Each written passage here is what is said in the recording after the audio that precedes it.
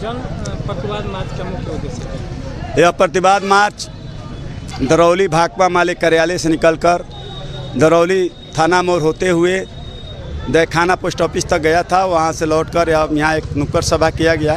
इस प्रतिवाद मार्च का मूल मकसद है कि चौकीदार का बेटा गोविंद पासवान की हत्या वहाँ के दीपक राय ने कर दिया और पूरे प्रशासन दीपक राय के बचाने में लगा हुआ है। हम प्रतिवाद मार्च के माध्यम से यह मांग करने आए हैं कि गोविंद पासवान की हत्या, निर्मम हत्या की गई है, उसको बहला फुसला कर ले जाकर और उसकी हत्या करके और रेलवे टैंक पर रखकर और इस घटना के दूसरे रूप देने की कोशिश की रही है।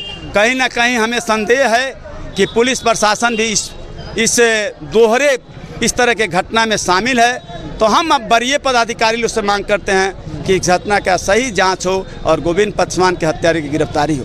हमने देखा, आपके माध्यम से हम बताना चाहते हैं कि यहीं किशनपाली के प्रदीप खरवार जो एक ड्राइवर था और उसकी भी हत्या इसी तरह 9 बजे राती खान वहाँ के प्रभात राय है, वो भी भूमिहार है और उसने वो शराब माफिया है, उसके जरिए उठाकर ले गया ज़बरदस्ती। वो प्रदीप कम कर नहीं जा रहा था और उसकी हत्या करके और उसको झूठो एक्सीडेंट में दिखाकर और पूरे पुलिस प्रशासन मिली भगत करके और उस हत्या को रफा दफा कर दिया गया। आज भी उस परिवार के लोग, प्रदीप कमकर के परिवार के लोग, उसकी पत्नी, उसकी बहन, उसकी माँ, उसके भाई, तमाम लोग यह मांग कर आज भी कर रहे हैं कि हमारे बेटा का हत्यारा, हमारे पति का हत्यारा कोई नहीं है, प्रभात राय है। लेकिन प्रशासन की दोहरा चरित्र है, दिखाने के कुछ और लिखने के कुछ और। प्रदीप की पत्नी स्वयं गई थी गुठनी थाना में आवेदन देने के लिए, लेकिन उसके आवेदन पर FIR नहीं हुआ और फर्जी चौकीदार के फर्जी बयान पर उसको एक्सीडेंट देकर और इसको रफा दफा किया गया। प्रतिवाद मार्च का मुख्य मांग क्या है? मुख्य मांग यही है कि जो गोविंद पासवान है, उनकी निर्मम हत्या हुई है, उनको बहला फुसला कर उनको मोटरसाइकिल से ले जाया गया है लार के तरफ, उनके रास्ते में हत्या कर दी गई है और हत्या करके रेलवे टैंक पर फेंक दिया गया है ताकि रेल गाड़ी आए तो उसमें कट जाए।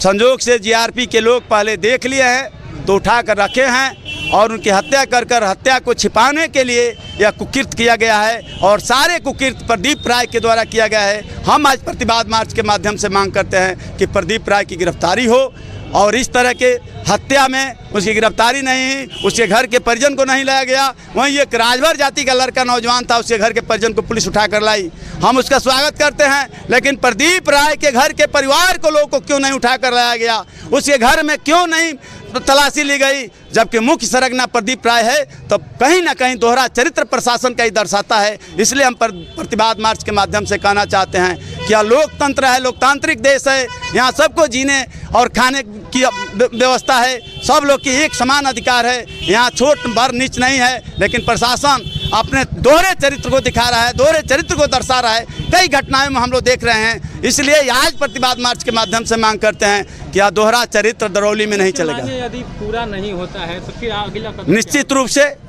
भाकपा माले यदि वह बड़ी लड़ाई लड़ती है और यह लड़ने का इतिहास भाकपा माले का है। बड़े बड़े यहाँ के जमींदार, बड़े बड़े यहाँ के सामंत, बड़े बड़े अपराधियों को भाकपा माले के लोग ने लड़कर धूल चटाया है। निश्चित रूप से यदि प्रशासन राय को गिरफ्तार नहीं करती है, दीपक राय को, तो निश्चित रूप से इसके आगे बढ़कर लड़ाई होगा, प्रशासन से भी होगा और दुमरहर के सरजमी पर भी होगा। यदि प्रशासन, हम लोग देख रहे हैं कि प्रशासन क्या कार्रवाई कर रहा है, नहीं करेगा तो निश्चित रूप से जनता भी बड़ी बड़ी लड़ाइयाँ लड़ी है और वो भी लड़ाई लड़ने के लिए तैयार रहेगी। भाकपा माले गरीबों के पक्ष में लड़ने के लिए तैयार है और कोई भी कुर्बानी देने के लिए तैयार है।